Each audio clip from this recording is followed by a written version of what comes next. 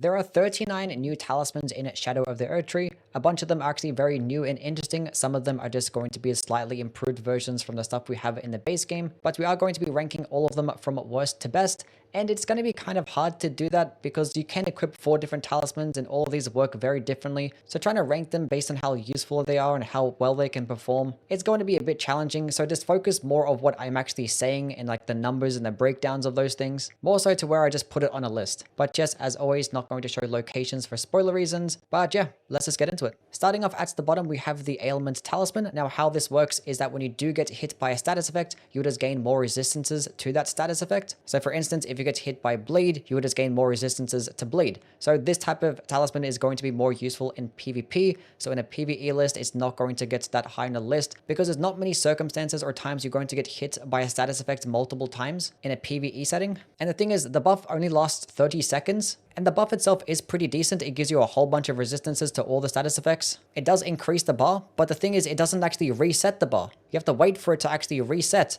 unless you use a bolus, and at that point just use boluses. It's only going to be useful if you go up against a particular type of enemy or a boss that does have a certain status effect, and in that instance just use the certain types of talismans that boost that particular status effect resist, because those don't require you to get hit by the status effect first. Number 38, Talisman of the Lord's Bestowal. Now this actually does give poise when using your healing flask. From my testing, it is about 55%, which in PvE, that is not useful at all. There is going to be very few circumstances of which you're going to be healing and then get hit by something that is doing that specific amount of poise damage that's going to end up interrupting your heal. It is like the most niche thing of all time in a PvE setting. And honestly, like your healing comes out pretty fast in this game. It's just the recovery frames that tend to be a bit long, and having poise in the recovery frames is kind of just useless. Number 37, Beloved Stardust. Now this actually does boost your casting speed by actually maxing it out completely, which is the equivalent of 70 dexterity. So if you do have a character that has high dexterity, this talisman is basically useless to you. In fact, if you have a character that has about 40 dexterity, this is actually useless because you can just use the Radagon's icon, because Radagon's icon does give you plus 30 to virtual dexterity. But the trade-off for this talisman is that you take about 25% more damage, which is just absurd for like the actual like benefits you gain. The differences between 40 and 70 dexterity in terms of casting speed is like milliseconds. It obviously depends on the spell. Certain spells might be better than others. There'll be certain circumstances that you maybe can get an attack off that you won't get punished with this talisman compared to without this talisman, but it's definitely not going to result in that much higher DPS. Just go into damage boosting talismans. They're always going to be better in terms of DPS, and they'll be much more worth your time. And if you did feel like you needed a little bit more casting speed, just go use the Radagon's icon, because this thing is not worth taking an extra 25% more damage. Number 36 through number 32, I'm going to talk about all of the status effect resist talismans. I'm not going to really order them as to which one's more useful than the other one, because that might give potential spoilers for the DLC. But the whole premise is basically if you fight an enemy, boss, or go through an area that has a particular status effect, you can just equip this certain talisman because it might make that experience just a little bit easier. But even then, basically all of these talismans are just like outclassed by just using a bolus. Just using the boluses are just going to be better, but if you don't have access to some of these boluses, then you can just equip this.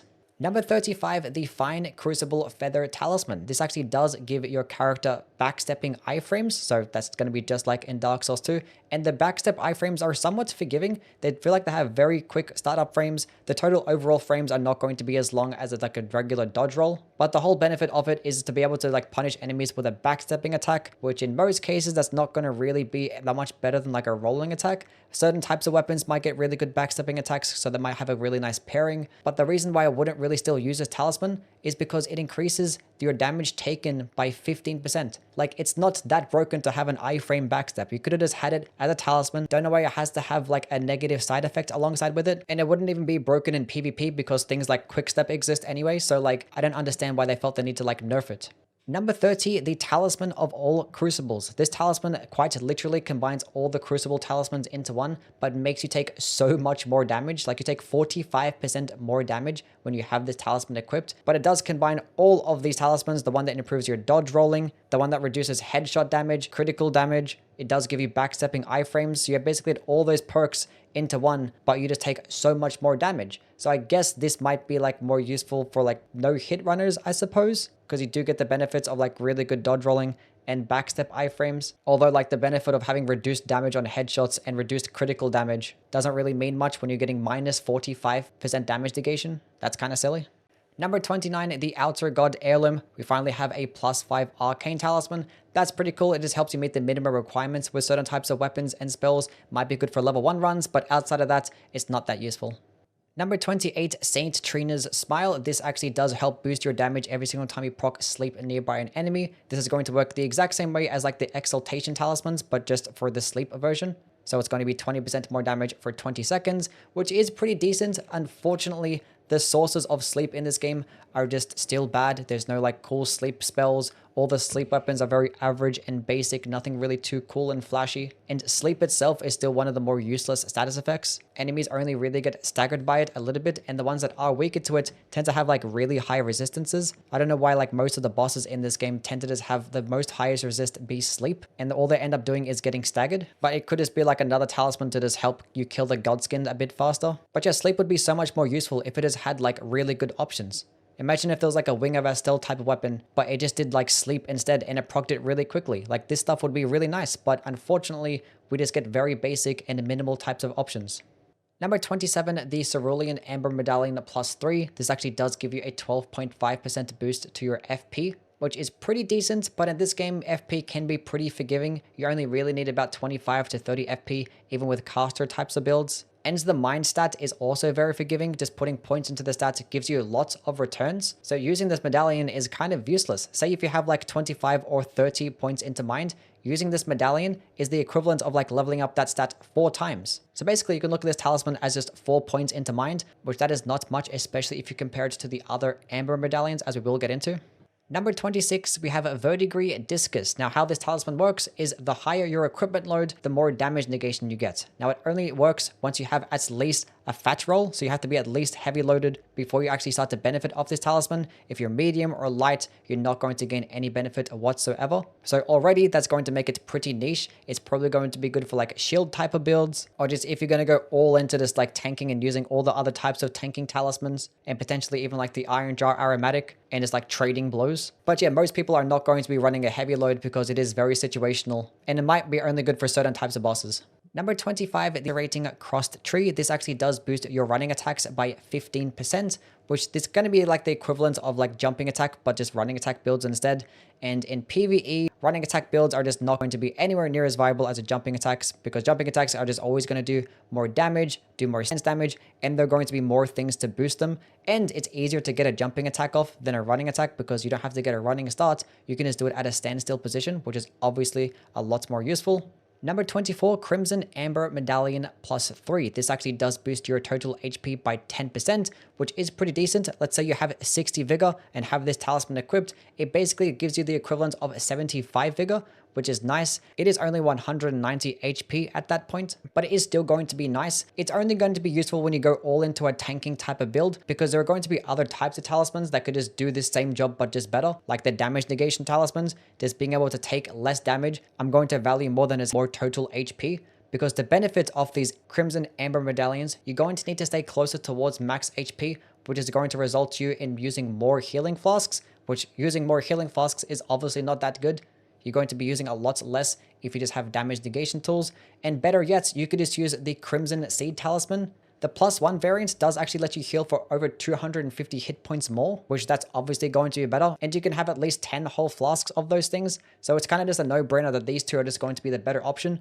Number 23, the SHARPSHOT Talisman. Bows and crossbows are a lot better now that the DLC has arrived, purely because of a couple of other weapon skills and some talismans like this one. The way this basically works is that when you don't lock on and you aim down sights and go shoot your bow, you're going to be getting 12% more damage, which yes, is going to require a little bit of skill to really benefit off that, because you're going to have to aim instead. But there's certain weapon skills that you can actually get with the bows and crossbows that are actually in this DLC that are just going to make having to free aim a lot easier, and you can just get amazing damage without having to lock on at all. RELLANA'S CAMEO. Now, how this skill works is that it boosts your stance-based weapon skills. When you hold onto the stance for about a second, you get 15% more damage on your next attack, which does sound really good, because that just might mean 15% more damage for things like the Moonveil Katana, Sword of Night and Flame, Unsheath, Square Off. All these types of skills could just get 15% more damage. But one thing I always underestimate is how long a second can actually go in the middle of a boss fight. Just standing there and just waiting for it to charge up, it's always going to be very risky, and you're just like missing out on just free damage. Especially with how fast these skills are. There's no point of charging it up for an attack that's going to come out like basically instantly when you could have just used the attack twice. Now this might not be as true for something like Sword of Night and Flame, but in Elden Ring there are not going to be many bosses that are going to wait around long enough for you to charge up your skill and then go ahead and use it. This talisman is just going to frustrate you more times than not and is going to end up getting you killed if you do try to commit to the charged attack. But if you do have some very good patience and spacing, it can be pretty deadly. But I guess its major benefit is going to be when you're fighting enemies that are just like unaware and are not looking at you, because you'll have more time to charge it up.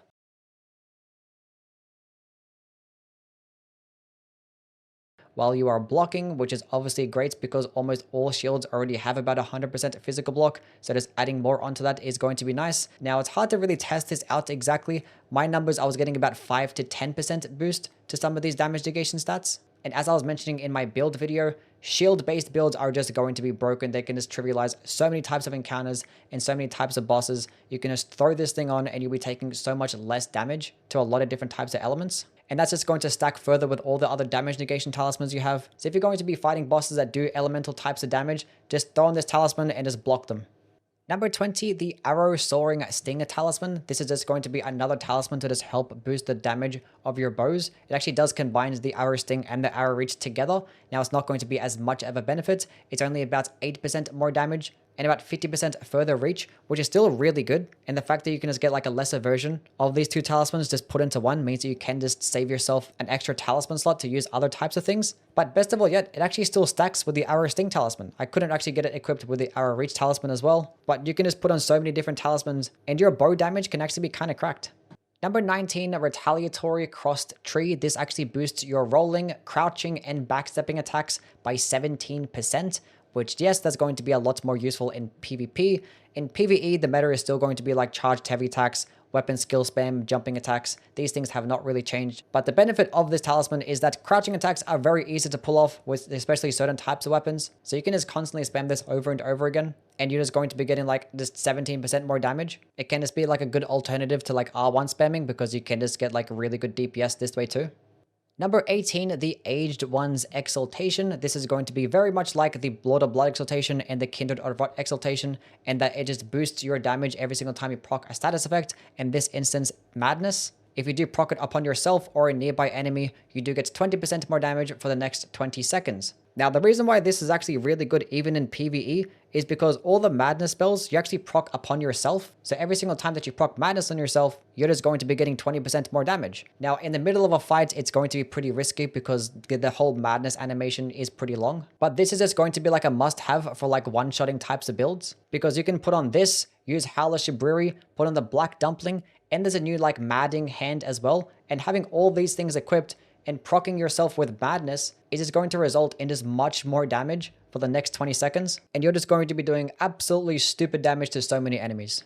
Number 17, the Blessed Blue Dew Talisman. This is going to be an FP regenning talisman. Does give you 1 FP for every 2 seconds, which is not going to seem like much. It's not going to be that beneficial for like a casting type of build, but it does have lots of uses in a character that is going to use some FP efficient types of skills or spells. If you're using certain types of skills that only like consume like 3 or like 5, 6 FP, this talisman is going to be really good because it kind of just means that you don't need to actually spec into a single FP flask. You can just go all into your healing flasks, but it's always nice to just have an FP regenning talisman. Number 16, the Viridian Amber Medallion plus 3. This actually does boost your max stamina by 17%.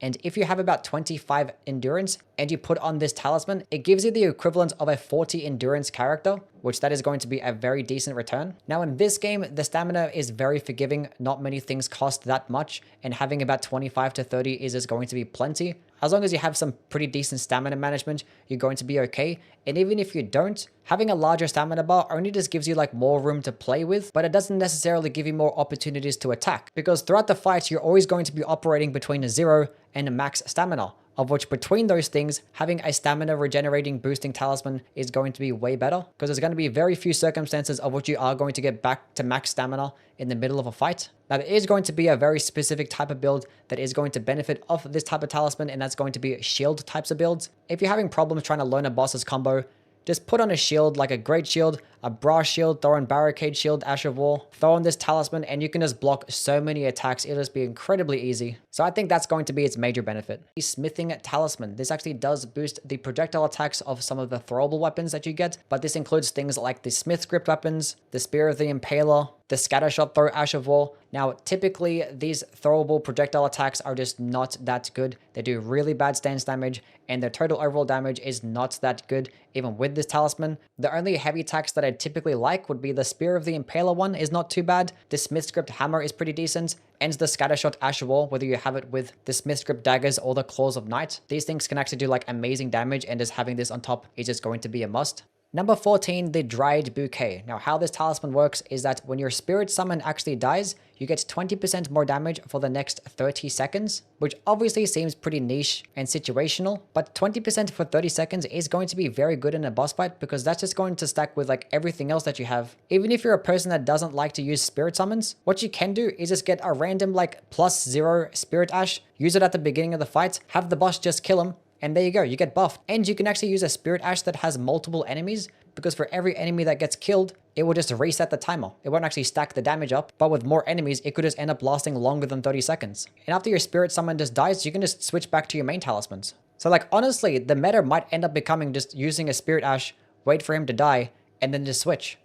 Number 13, the Crusade Insignia. This talisman does actually give you more damage every single time that you do get a kill, and it is 15% damage for 20 seconds. Now that might not seem like much, but there are lots of enemies in this game that's basically going to be like just free 15% damage every single time that you get a kill, basically throughout an entire legacy dungeon. Number 12, the Shattered Stone Talisman. This actually is going to boost your kicking and stomping based skills by 10%. Which if you're using certain types of skills like Dry Leaf Whirlwind or Hoarfrost Stomp, the Poison Blooms Twice Ash War, these things are just going to get 10% more damage, and they're all really good and very hard hitting. And there also is a leg armor in this game that also does boost your kicking based skills. So you're going to stack that on top of this, and you can make some very broken builds with all of these kicking and stomping based stuff. Number 11, the Blade of Mercy. This is going to be 20% more damage every single time that you get a critical attack, and it will last 20 seconds. And this actually does boost the damage of all sources, not just weapons. So there are so many different types of builds that can just benefit off this. Parrying builds, stance breaking builds, stealth based builds where you're just backstepping enemies through dungeons. That's just going to be 20% more damage, which there are not many buffs in this game that give you a 20% damage boost. And it's not even that situational as well, because almost every single enemy in the game can be hit with a critical attack via a stance break.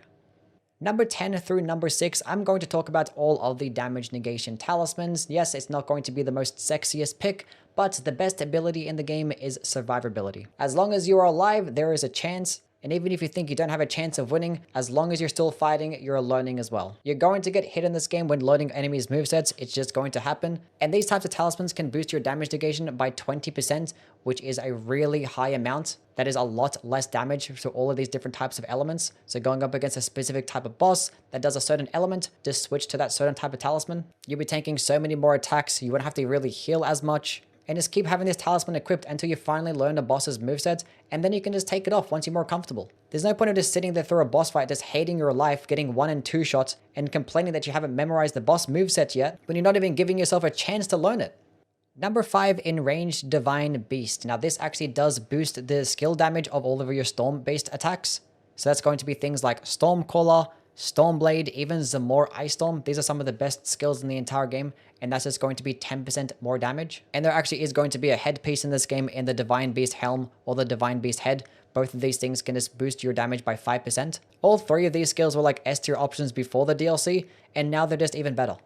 Number 4, the Two-Headed Turtle Talisman. This actually does boost your stamina recovery speed by 25%. Stamina recovery speed is just amazing in every single game. Stamina management is like the most important skill to learn in these games, because it basically falls under timing your dodges correctly, not spamming dodges, knowing when to sprint, not panic rolling.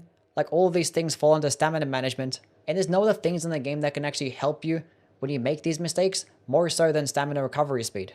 Number 3, the Crimson Seed Talisman +1. This talisman does boost your healing flask by 30%, and this is probably going to be like one of the most important talismans that you can use in the DLC period. Like if you don't understand what this actually means, your regular healing flask at +12 heals you for 810. If you have this talisman equipped, it's going to heal you for 1,050 health. That's like almost 250 more health. And if you have like 10 flasks, that's like 2,000 health. That's like way more than an entire extra health bar worth of healing that you have just by equipping one talisman. Like if you have 60 vigor and you're like one shot, you can heal just twice to go to max health. When you don't have this talisman on, you have to heal 3 times. Which in the DLC where you're going to be getting like 2 shot and 3 shot by a lot of enemies, you kind of want to stay close to max health all the time. Like you're just saving so many more flasks just by having this one talisman equipped. Like I cannot stress enough how important this thing actually can be in terms of survivability and being able to trade out blows against bosses. Number 2, the two-handed sword talisman. This is just going to be 15% more damage when you have a weapon two-handed. Now no, this does not include paired weapons, power sensing does not get included by this, and it does not boost the damage of skills. It is just going to be your light attacks, heavy attacks, and guard counters, which just having 15% more damage to charged heavy attack builds and guard counter builds is just ridiculous. There are so many amazing charge attack builds in this game, and they've just gotten better by 15%. And with the new deflect tier added, that just adds like 40% more damage to your guard counters, and the ability to deflect too, you can just get 15% more damage on top of that. Number 1, the Talisman of the Dread. This actually does boost the potency of magma-based sources, and this is actually going to boost it by 15%, which typically all these talismans only get boosted by 10%, but for some reason they decided to boost the magma-based stuff by 15%, and yeah, that's going to include things like the Blasphemous Blade, which is like the best weapon in the game, even after the nerf, which only took a hit to stance damage, and it no longer sends enemies flying.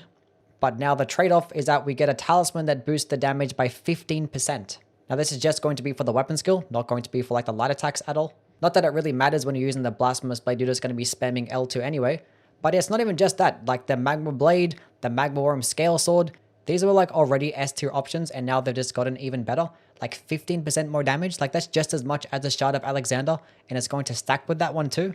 And yeah, also it is not just weapons, even like the sorceries too, they're just going to get a boost to damage. So if you did feel like the magma-based sorceries were underpowered, probably not anymore. Anyway, that's done, all 39 now ranked. Just let me know what your opinions are down in the comments below.